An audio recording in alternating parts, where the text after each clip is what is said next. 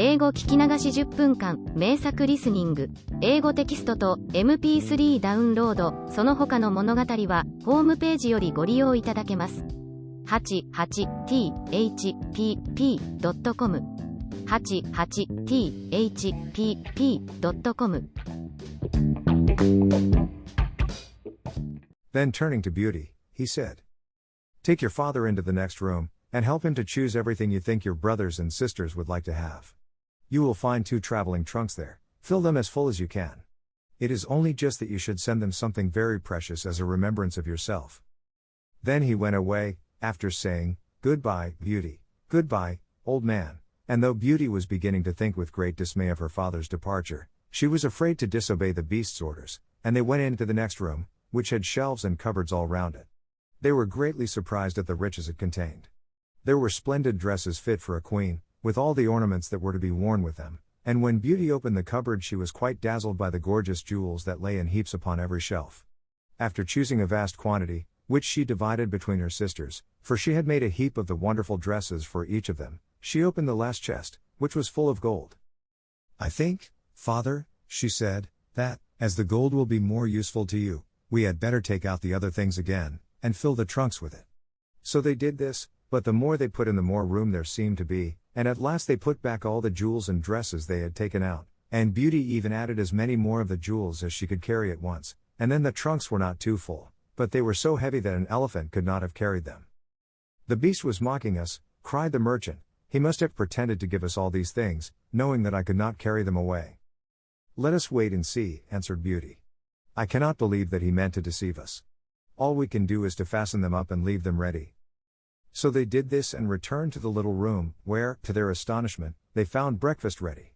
The merchant ate his with a good appetite, as the beast's generosity made him believe that he might perhaps venture to come back soon and see Beauty.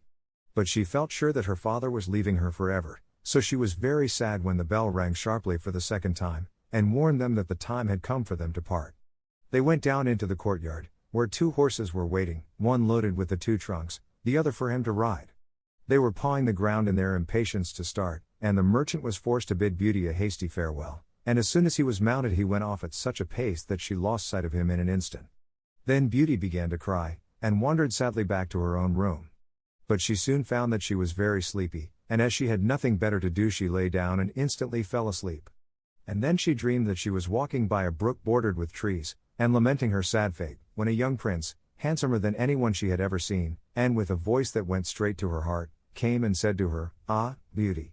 You are not so unfortunate as you suppose. Here you will be rewarded for all you have suffered elsewhere. Your every wish shall be gratified. Only try to find me out, no matter how I may be disguised, as I love you dearly, and in making me happy you will find your own happiness. Be as true-hearted as you are beautiful, and we shall have nothing left to wish for." "What can I do, Prince, to make you happy?" said Beauty. "Only be grateful," he answered, "and do not trust too much to your eyes. And, above all, do not desert me until you have saved me from my cruel misery." After this she thought she found herself in a room with a stately and beautiful lady, who said to her, "Dear Beauty, try not to regret all you have left behind you, for you are destined to a better fate. Only do not let yourself be deceived by appearances." Beauty found her dream so interesting that she was in no hurry to awake, but presently the clock roused her by calling her name softly 12 times, and then she got up and found her dressing table set out with everything she could possibly want, and when her toilet was finished she found dinner was waiting in the room next to hers. But dinner does not take very long when you are all by yourself, and very soon she sat down cozily in the corner of a sofa, and began to think about the charming prince she had seen in her dream. "He said I could make him happy," said Beauty to herself. "It seems, then, that this horrible beast keeps him a prisoner. How can I set him free? I wonder why they both told me not to trust to appearances? I don't understand it. But, after all, it was only a dream, so why should I trouble myself about it? I had better go and find something to do to amuse myself." So she got up and began to explore some of the many rooms of the palace. The first she entered was lined with mirrors, and Beauty saw herself reflected on every side, and thought she had never seen such a charming room. Then a bracelet which was hanging from a chandelier caught her eye, and on taking it down she was greatly surprised to find that it held a portrait of her unknown admirer, just as she had seen him in her dream. With great delight she slipped the bracelet on her arm, and went on into a gallery of pictures, where she soon found a portrait of the same handsome prince, as large as life, and so well painted that as she studied it he seemed to smile kindly at her. Tearing herself away from the portrait at last, she passed through into a room which contained every musical instrument under the sun, and here she amused herself for a long while in trying some of them, and singing until she was tired. The next room was a library, and she saw everything she had ever wanted to read, as well as everything she had read, and it seemed to her that a whole lifetime would not be enough to even read the names of the books, there were so many. By this time it was growing dusk, and wax candles in diamond and ruby candlesticks were beginning to light themselves in every room. Beauty found her supper served just at the time she preferred to have it, but she did not see anyone or hear a sound, and, though her father had warned her that she would be alone, she began to find it rather dull. But presently she heard the beast coming, and wondered tremblingly if he meant to eat her up now. However, as he did not seem at all ferocious, and only said gruffly, "Good evening, Beauty," she answered cheerfully and managed to conceal her terror. Then the beast asked her how she had been amusing herself, and she told him all the rooms she had seen. Then he asked if she thought she could be happy in his palace, and Beauty answered that everything was so beautiful that she would be very hard to please if she could not be happy. And after about an hour's talk Beauty began to think that the beast was not nearly so terrible as she had supposed at first. Then he got up to leave her and said in his gruff voice, "Do you love me, Beauty? Will you marry me?" "Oh! What shall I say?" cried Beauty, for she was afraid to make the beast angry by refusing. "Say yes or no without fear," he replied. "Oh! No, beast," said Beauty hastily. "Since you will not, good night, Beauty," he said. And she answered, "Good night, beast," very glad to find that her refusal had not provoked him.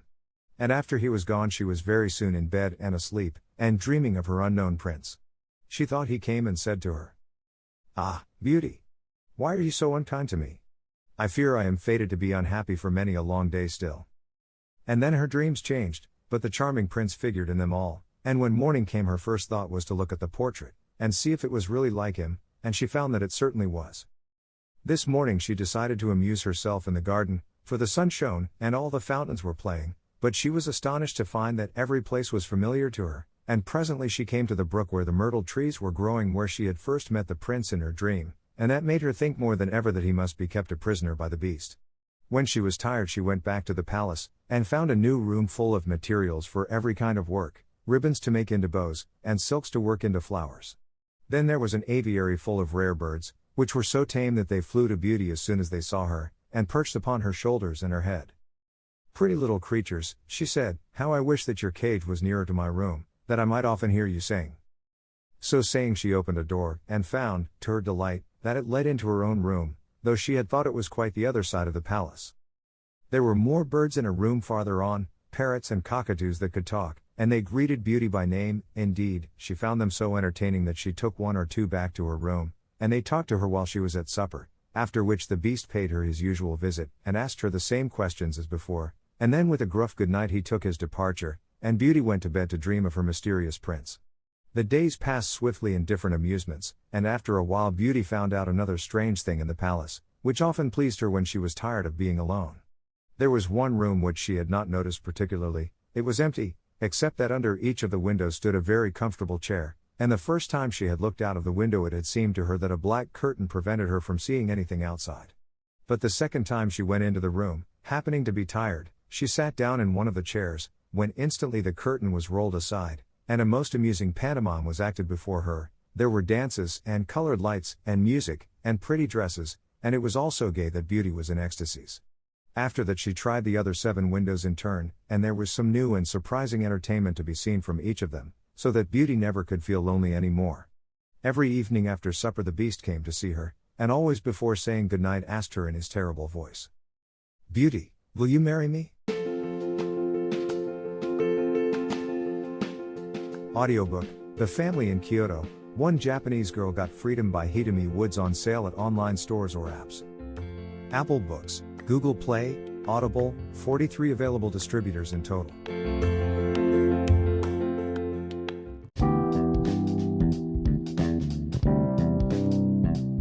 英語聞き流し10分間、名作リスニング、英語テキストと MP3 ダウンロード、その他の物語は、ホームページよりご利用いただけます。88thpp.com 88thpp.com